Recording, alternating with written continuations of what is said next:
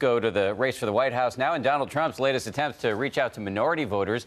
He's got a new panel of Hispanic advisors and what he's now saying about the Republican Party's historical lack of outreach to African Americans. George is standing by, but let's start here with ABC's Mary Bruce in our L.A. bureau. Mary, good morning to you.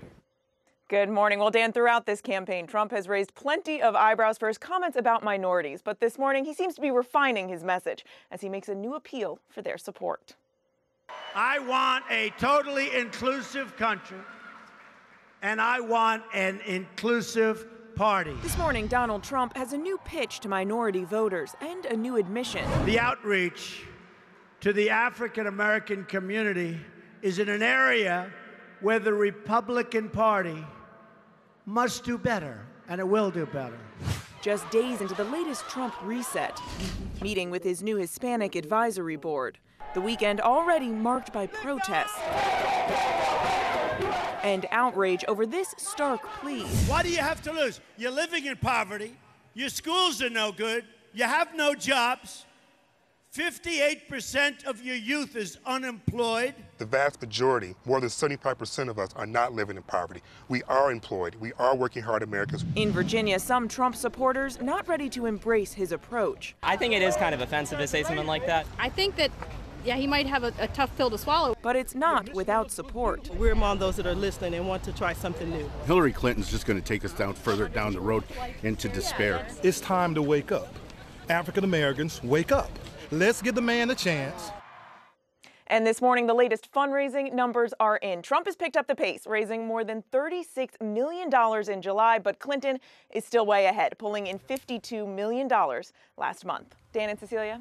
Mary, thank you. Let's bring in ABC News, as promised. ABC News chief anchor George Stephanopoulos. I'd like to keep delivering on your promise. You only promised George. You didn't say That's right. It could have been George Costanza.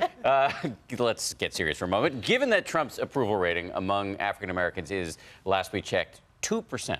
What are the odds that this outreach campaign that on which he's now embarked is going to work? I don't think that's really what this is about. I mean, he's, like you say, some polls have him at 2%, some have him at 0% with the African-American vote. He's not going to make a big dent in Hillary Clinton's huge lead among the African-American vote. But I think this is designed to tell the Republican Party and others that he's not biased against African Americans. He's not biased against minorities. Our recent poll shows that more than 60% of the public believes he is biased against African Americans, against other minorities, against women. And this is designed to show that he's not the Donald Trump they think he is, even if it doesn't get him a lot of African American votes. In recent days, we've seen a little bit of a tone shift for Donald Trump.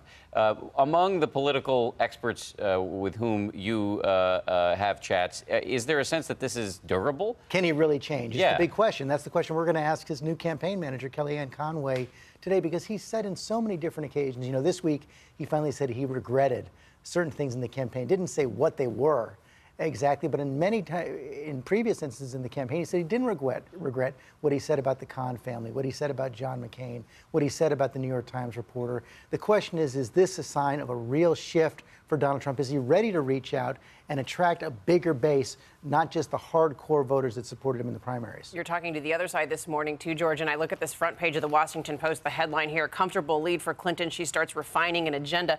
They're already looking ahead, not necessarily measuring the drapes in the White House yet, but certainly feeling confident giving these poll numbers.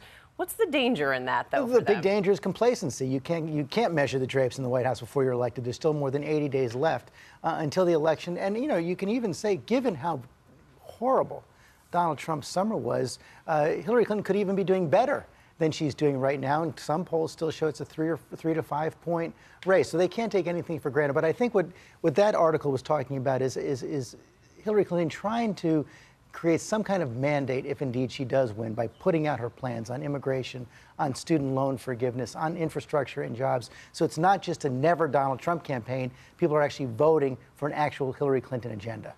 George Stephanopoulos, not to be confused with any other George. Thank you very much. Thank you. And I want to remind everybody, George has a big show this morning. He's going to go one-on-one with Donald Trump's new campaign manager, Kellyanne Conway, and Clinton campaign manager, Robbie Mook. That's later this morning on This Week, right here on ABC. And George, by the way, he wants to know what questions you might have. You can tweet him at @GStephanopoulos. Thanks again, George.